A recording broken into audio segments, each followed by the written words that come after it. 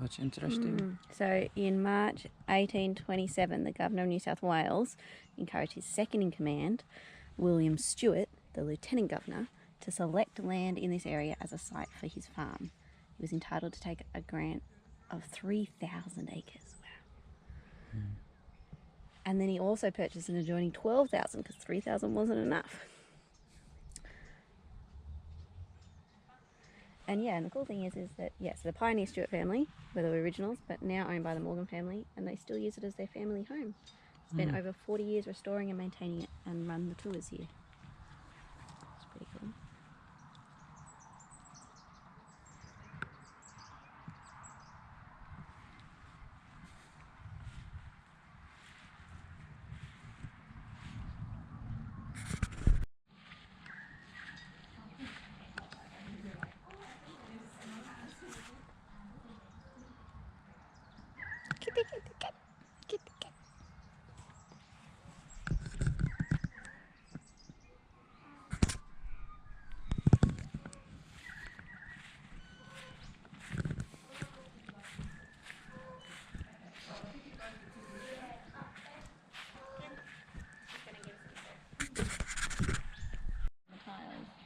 Mm-hmm.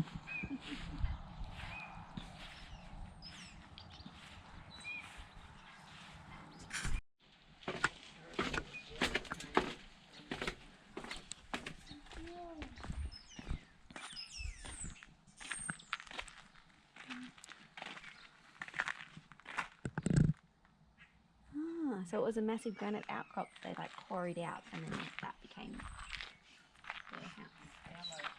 Near the old coach house, awaiting accommodation. Oh, and this was the carriage ranch. Oh, nice.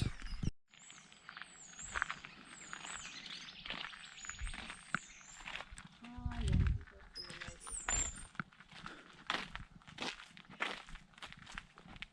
So yeah, this used to be all glass, this roof apparently. This roof here used to be fully glass. Oh, wow. It was destroyed in a hailstorm. So the whole thing was like a full glass house. But destroyed. Yeah, in like that 1880 or something. But they said they're planning to return it back to glass.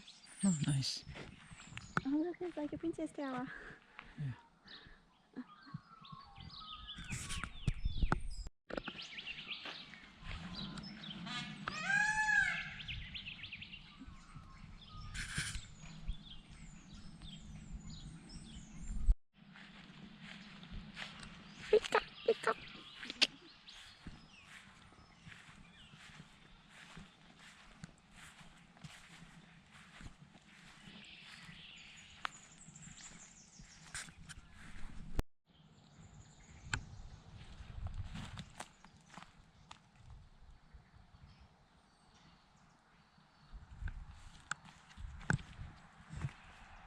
Imagine this being your research house for archaeology when you're doing undergraduate. Mm. This old piece of machinery is an asparagus skip. It is one of only 3 that have survived. Remember we read that the army girls worked here harvesting asparagus. Asparagus spears were cut at ground level with a sharp knife and laid in the skip in bundles as it was pulled along the rows of plants by a large draft horse. You can see in the picture. It was important not to bruise or mark the asparagus spears as they were cut, bundled and stacked. Later in the day, the morning's harvest was taken up to the Egg Gills canning factory on the western edge of the property and canned and then sent to feed the American forces during the Pacific War. Quite a lot of asparagus still grows wild in the gardens at Abercrombie House. So they were originally the front gates of a fancy house in Glebe in Sydney. Probably made in Sydney, but then, the person who owned the house, his eldest son, married this lady, who then 4 years later, the younger sister married the Stewart, who owns the property, and so then he became the brother-in-law, and somehow,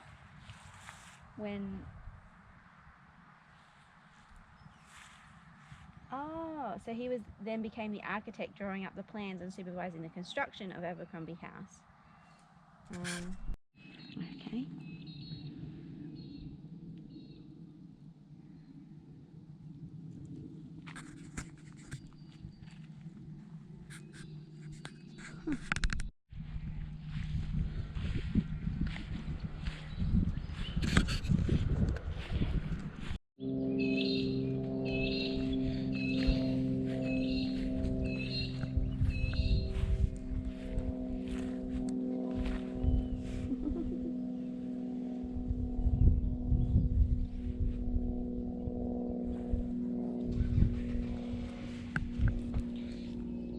Australian Women's Army Memorial Rose Garden. And so when the girls came here, like the girls were mostly 18, 19, a bit naive but full of patriotic fever, and coming from the city and never set foot on a farm. When they got here, they found the house in a rundown state and lacking in basic amenities. Army engineers came and built an outdoor shower block and some pit lavatories, like just holes in the ground for the toilets. The asparagus cutting was hard, backbreaking work, but the girls proved to be very resilient. They fell in love with the old house, which to them was like some kind of romantic old castle with secret passages and lots of ghosts. And their time at the house became part of the great wartime adventure that they were experiencing out in the country. And this is about the formal garden.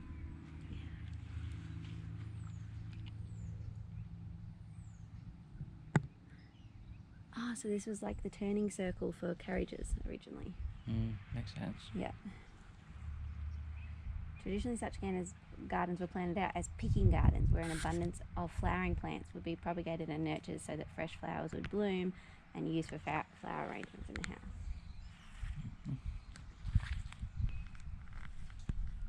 Here's an old water pump, like you know.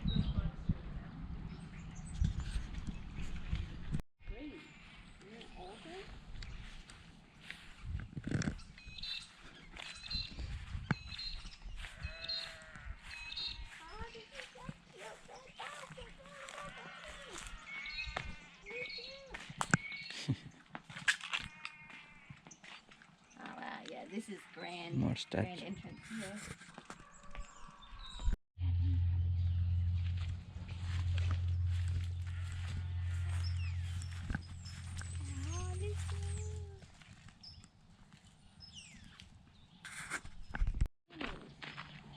What is it? The stables. During the 1870s, top quality horses had a value similar to the best motor cars of today. Therefore, nearly all rural properties had significant outbuildings to house them. Wow. At Abercrombie House, there was enough stables to house 14 horses or more. Look at the horse's symbol on top of that. Yeah, it's pretty cool. And look here. All all the the old carriages. and all the And then the replacements. nice old cars. And apparently now you can stay here. They have like accommodation in there somewhere. Let's check the front of it. Okay. Yep. So they said the ground floor area was where like all the horses were living, but upstairs was like storage of hay and a bed for the stable boy. Mm-hmm. No, but this is another train thing. The stables lodge. There's more there.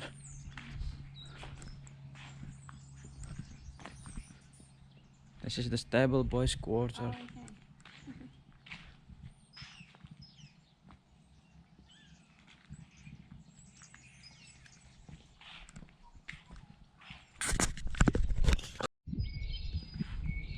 Coach house. And it was ruined. Yeah. Yeah, the roof does look very new.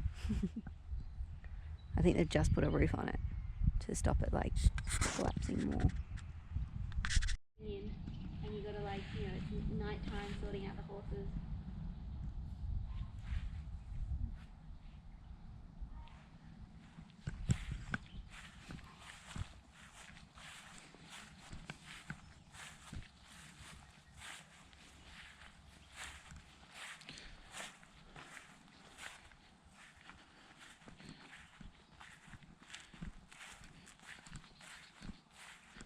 The old art studio.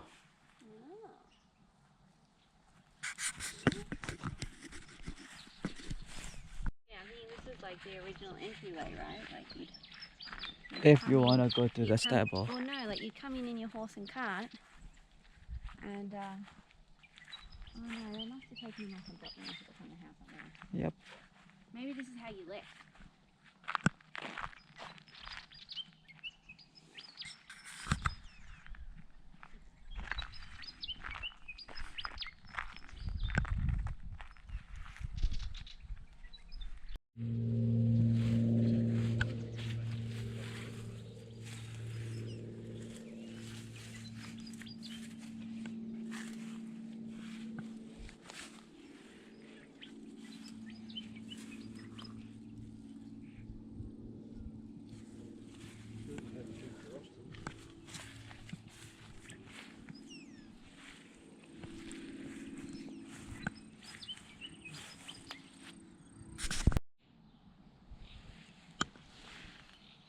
The gods look after children and drunken men.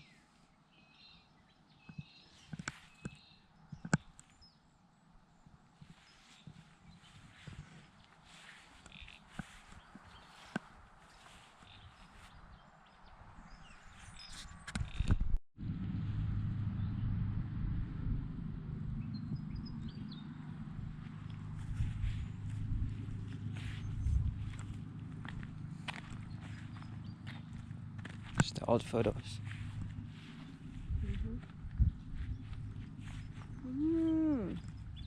Throughout the 1820s and 1830s, so not long after the house was first built, or the old house, I'm not sure, convicts were assigned to William Stewart, the first person, to provide farm labour. Bless you. Thank you.